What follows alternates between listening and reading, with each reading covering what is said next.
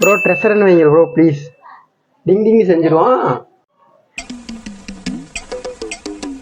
இப்போ ட்ரெஷர்ன்றது வந்து எப்படின்னா எல்லாருமே வச்சுட்டாங்க. நம்ம வந்து ஒரு வித்தியாசமா வைப்போம் அப்படின்னு எனக்கு வந்து தோணுது. இப்போ நான் என்ன உங்கள்கிட்ட சொல்றது?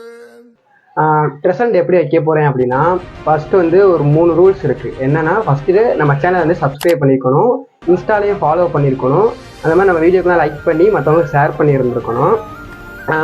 இப்போ ட்ரெஷண்ட் எப்படி அப்படின்னு கேட்டிங்கன்னா, நீங்கள் வந்து எங்கேயாச்சும் வெளியேயோ இல்லை உங்கள் வீட்லேயோ நீங்கள் வந்து செடி நட்டுட்டு எனக்கு வந்து